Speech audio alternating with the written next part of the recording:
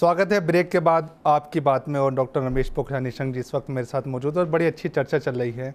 एक जो रास्ता निशंक जी ने तय किया था, जो रास्ता लेकर निशंक जी चले थे, जो मिशन लेकर चले थे, कितना उसमें कामयाब है। और अगर हम एक आदर्श व्यक्ति के तौर पर देखते हैं तो उसमें निशंक जी कहीं ना कहीं सबसे ऊपर दिखाई देते हैं उत्तराखंड की राजनीति में।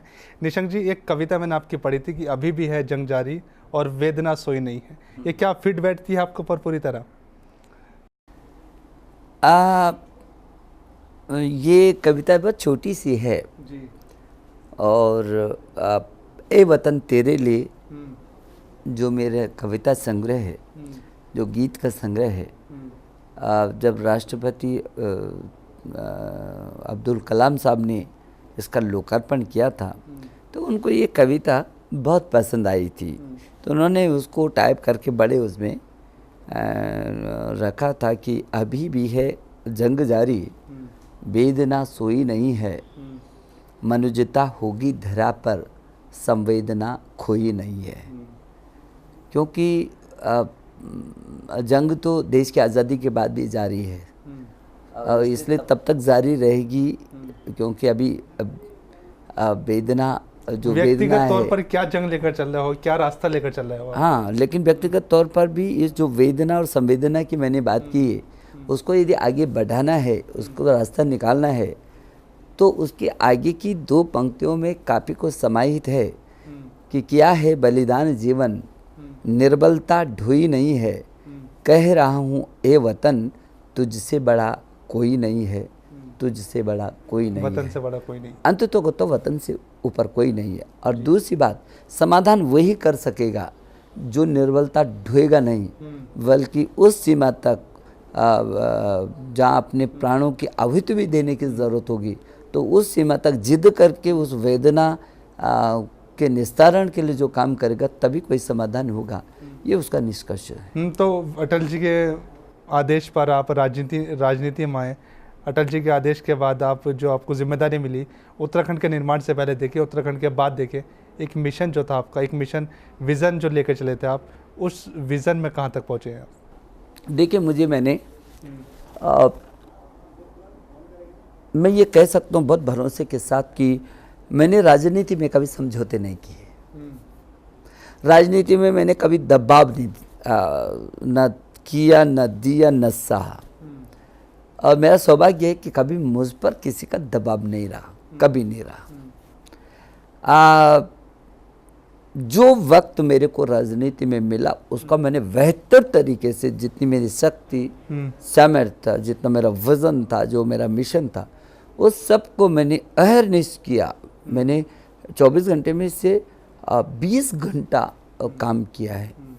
और इसलिए चाहे उत्तर प्रदेश में मैं 2-3 बार विधायक के रूप में रहा हूँ, चाहे वो तमाम समितियों के कहीं अध्यक्ष, कहीं सदस्यों के रूप में रहूँगा, और चाहे फिर उत्तर प्रदेश में पर्वतीय विकास मंत्री रहूँगा। मैं पहले ही बार में कैबिनेट मंत्री बना था, पर्वतीय विकास मंत्री, और 3-3, 4-4 राज्य मंत्री मेरे साथ थे। और फिर दोबारा अटल जी की निर्देश पर मुझे रामपर प्रकाश गुप्ता जी के साथ उत्तर प्रदेश का संस्कृति मंत्री बनाया गया। तो भी मैंने बहुत काम किया, चाहे पर्वतीय विकास मंत्रालय के कार्यकाल का देखा जाए, चाहे वो उत्तर प्रदेश के संस्कृति मंत्री के रूप में मुझको देखा जाए। मुझे बहुत संतुष्टि है कि मैंने बिल्कुल नए विज़न के साथ काम करने की कोशिश की। और फिर चाहे राज्य बनने के बाद वित्त मंत्रालय मेरे पास रहा, नियोजन मंत्रालय मेरे पास रहा। आज भी जो वित्त का हमने सशक्त आधार स्थापित किया, देश की आज़ादी के बाद उत्तराखंड पहला है देश का ऐसा राज्य जिसने बहुत कम समय में उसकी शिखर तक पहुंचाए हो। 100 दिन में जो इतिहास रचा राजस्व का, जो अभी तक 165 करोड़ रुपया राज्य बनने से पहले कर राजस्व आता था, जो आज 4000 करोड़ से भी ऊपर चला गया। तो किसी राज्य ने इतनी प्रगति नहीं की। तो चाहे वित्त मंत्रालय हो, चाहे नियोजन मंत्रालय हो, बहुत सारे मंत्रालय उस समय मेरे पास थे।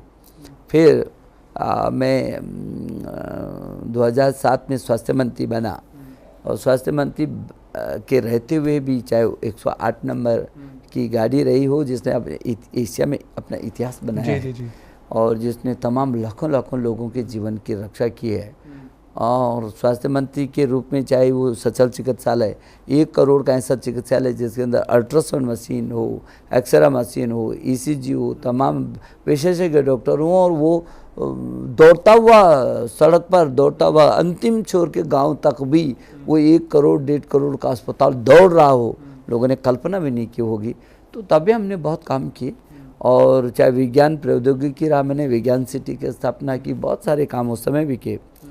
और मुख्यमंत्री के रूप में जब मुझे ये सौभाग्य मिला इस राज्य की सेवा का, तो फिर मैंने चाहे वो अटल खाद्यान्न योजना हो, और चाहे वो बहुत सारे ऐसी योजनाएं ऐसी की, अंत्योदय विकास योजना हो, अटल आदर्श गांव हो, अटल चौपाल हो, अंबेडकर चौपाल हो, कुछ ऐसी नई पहलें की जो आज भी जनता उसको याद करती है। और जो मैंने विज़न 2020 बनाया था कि 2020 तक हम इस राज्य को इसके शिखर पर पहुंचाएंगे, देश का एक मॉडल स्टेट के रूप में स्थापित कर देंगे, वो यात्रा हमारी बहुत तेज़ी से बढ़ी। आज भी उस यात्रा की प्रतीक्षा है लोगों को। जब भी मुझे मौका मिलेगा ऐसी यात्रा पर आगे बढ़ने का, तो मैं अपने विजन ये अंतिम समय में जो चुनाव से पहले जो आपको कुर्सी से हटाया गया, मुख्यमंत्री की जिम्मेदारी से आपको हटाया गया, खंडूरी जी को लाया गया, खंडूरी ज़रूरी का नारा चला। हालांकि भाजपा 19 साबित हुई चुनाव में, 20 साबित नहीं हो सकी कांग्रेस से, 31-32 में पीछे रही। तो क्या आपको लगता है मन में एक भाव तो कहीं ना कहीं होगा कि जिस विज़न 2020 को लेकर डॉक्टर निशंक जी चल रहे थे, उसे पार्टी ने ही पूरा नहीं करने दिया? अब पार्टी की अपनी व्यवस्था है, मैं पार्टी का एक सदस्य हूँ, तो पार्टी जिस मोर्चे पर भी मुझको खड़ा करती है, मैं उस मोर्चे पर खड़ा होता हूँ। तो इसलिए मैं ये समझता हूँ कि यदि पार्टी ने तय किया कि अब मुझे राष्ट्रीय उपाध्यक्ष होना है, मुझे मुख्यमंत्री पद से इस्तीफा देना है, तो मैंने बिना एक सेकंड भी विचार किए और मैंने इस्तीफा दिया और मैं राष्ट्रीय उपाध्यक्ष बन गया। उस वक्त आप शायद देहरादून में भी नहीं थे, बाहर किसी हाँ, मैं कार्यक्रम में था। मैं अंत्योदय विकास की जो मेरी यात्रा थी, जो हर विधानसभा में मैं अंत्योदय विकास यात्रा कर रहा था, वो यात्रा भी मेरी पूरी नहीं हो पाई थी। तब मैं टेहरी के घनसाली के बहुत दूरस्थ क्षेत्र में था जब इस यात्रा को मैं कर रहा था, जब मुझे सूचना दे करके दिल्ली बुलाया गया था। लेकिन मुझे कोई दुख नहीं है, मुझे अपनी इस बात का संतोष है कि जिस मोर्चे पर भी मेरी पार्टी ने मुझको खड़ा किया है, मैंने उसका रिजल्ट अपनी पार्टी को दिया है, और इसलिए मुझे कोई दिक्कत नहीं, मुझे कोई दुख भी नहीं। मुख्यमंत्री भी पार्टी ने बनाया और राष्ट्रीय उपाध्यक्ष भी पार्टी ने बनाया, तो इसलिए मुझे जो मौका मिला है उस मौके का मैंने बेहतर तरीके से उपयोग किया है। विजय बहुगुणा जी के कार्यकाल में पिछले अगर हम बात करते हैं 2012 के बाद, विधानसभा चुनाव के बाद विजय बहुगुणा जी को हटाकर हरीश रावत जी को लाए। उसके बाद उन्होंने तेज़ी दिखाने की कोशिश की है हरीश रावत जी ने। क्या आपको लगता है कि आज कांग्रेस जो कहीं पीछे बहुत छूट गई थी, वो आगे बढ़ने लगी है, भाजपा को टक्कर देने लगी है? बिल्कुल नहीं। हरीश रावत जी मेरे बड़े भाई हैं और उनसे भी लोगों की बहुत अपेक्षाएं थी।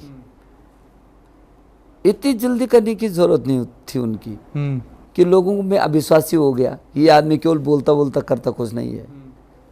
आप बोल रहे हैं, पीछे के काम आपके छूट गए हैं, आप पूरी ताकत के साथ पीछे के कामों को भी करते चले जाते तो लोगों को भरोसा होता है। अब वो 10,000 करोड़ की आपने घोषणा कर दी, हुआ कुछ नहीं, तो लोगों को स्वतः ही लगा कि अच्छा चुनाव था इसलिए उनकी पार्टी ने भेजा, और बहुगुणा जी ने 10,000 करोड़ की ऑलरेडी घोषणा कर रखी थी, तो 10,000 ये भी कर देंगे, तो 20,000 करोड़ की हो गई। हो सकता है अभी चुनाव का आते यदि कोई वक्त होता तो 30 भी भेज देते, 10,000 करोड़ की वो भी करते। तो ये पार्टी का इस रूप का जो विजन था, जो इन्होंने जल्दी की, उसमें विश्वास को खोया उन्होंने। ये कांग्रेसी कहते हैं कि हमने दोबारा जन्म दे दिया है कांग्रेस को उत्तराखंड के अंदर, जो एक पीछे छूट गई थी, आज वो आज सबसे आगे दिखाई दे रही है। वो तो वक्त बता देगा अभी जी, वो वक्त बता देगा। बस इतने कहना चाहता हूँ कि उत्तराखंड की 5 की 5 सीटें भारतीय जनता पार्टी को मिलेंगी। क्या लग रहा है कि तीनों पूर्व मुख्यमंत्री मैदान में हैं और तीनों की जो एक साख दाव पर लगी हुई है? निशंक जी पहली बार चुनाव में उतरे हैं, हरिद्वार से जिम्मेदारी संभाली है, किस तरह का माहौल है? नहीं, कोई साख दाव पर नहीं, मैं तो चुनाव को चुनाव के हिसाब से लेता हूँ। मैंने कभी प्रतिष्ठा का सवाल नहीं बनाया, ये तो व्यवस्थाएं हैं। मुझे याद आता है कि जब मैं पहली बार 91 में विधानसभा में चुन कर के गया था, तो विश्वविद्यालय के एग्जीक्यूटिव काउंसिल ईसी के चुनाव हुए और कार्य परिषद के चुनाव हुए। कार्य परिषद के चुनाव हुए तो विधायकों को वहाँ से भी नामित करके राज्यपाल भेज देते थे, तो वो भी इसी में आ जाते थे। लेकिन मैंने कहा मैं चुनाव लड़ूंगा। सबने मुझे बहुत समझाया, आप एमएलए हो गए हैं, कहीं चुनाव हार गए, ये छोटा सा ईसी का चुनाव है। तो लेकिन मेरे मन में आया, मेरे बारे में लोगों को क्या धारणा है मुझे कम से कम पता चल जाए। मैंने कहा उसमें सारे प्रोफेसर और प्रिंसिपल देते हैं डिग्री कॉलेज के उस मतदान को, वो चिन्हित लोग होते हैं।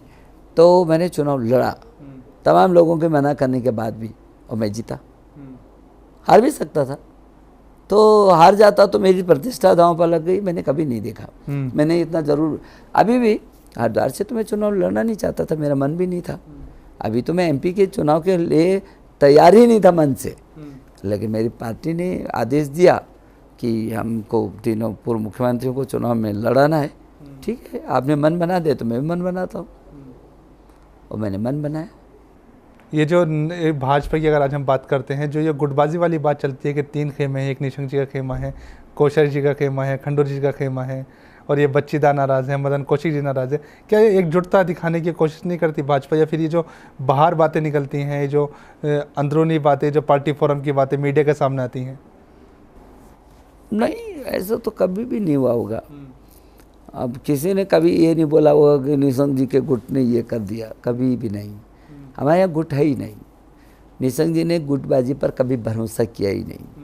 हम तो बड़े विजन को लेकर के चलते हैं। मैं लोगों को कहता हूँ लंबी लकीर खींचो, छोटी छोटी अपने आप जो है वो अपने आप छोटी हो जाएगी। यदि हमें दम है तो छोटी छोटी लकीरों पर उलझे क्यों हो, अपना काम करते चले जाओ ना, बड़ी लकीर खींचो।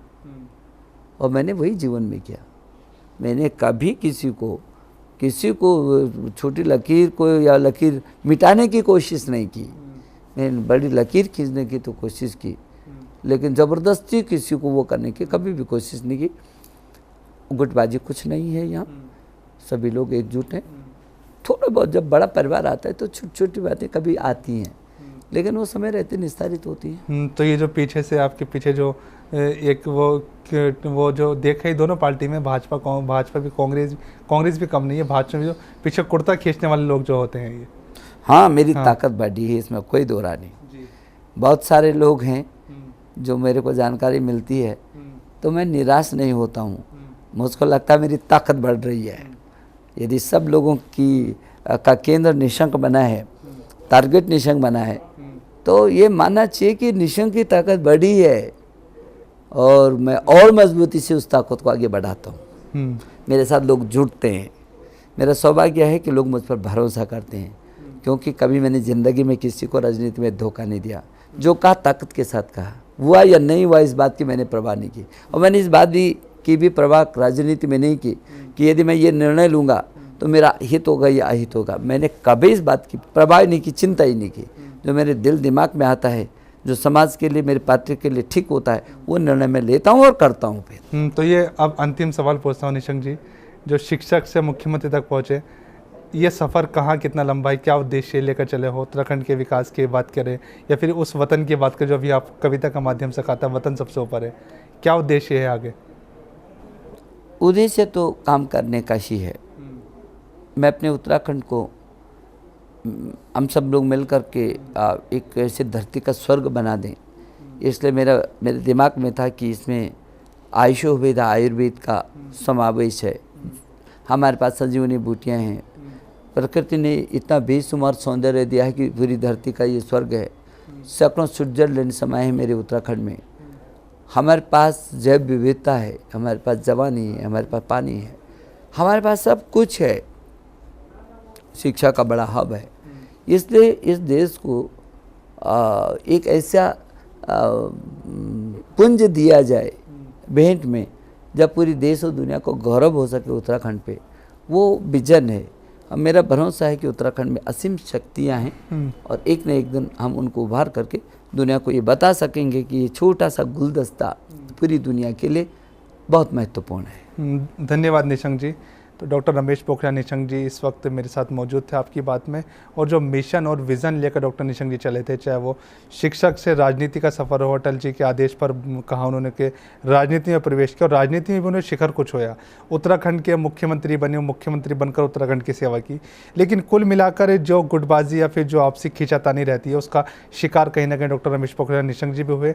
अंतिम समय में मुख्यमंत्री पद से हटे, उसके बाद खंडूरी जी को लाए, खंडूरी ज़रूरी का नारा चला, और उसके बाद भाजपा की हार हुई, 20 साबित हुई कांग्रेस, और कांग्रेस ने सरकार बनाई। कुल मिलाकर देखा जाए इस मिशन विज़न में, निशंक जी का मिशन विज़न 2020 हो या फिर उत्तराखंड के विकास की बात हो, कहीं ना कहीं इस विकास की ज़रूरत आज उत्तराखंड को महसूस होती है। नमस्कार।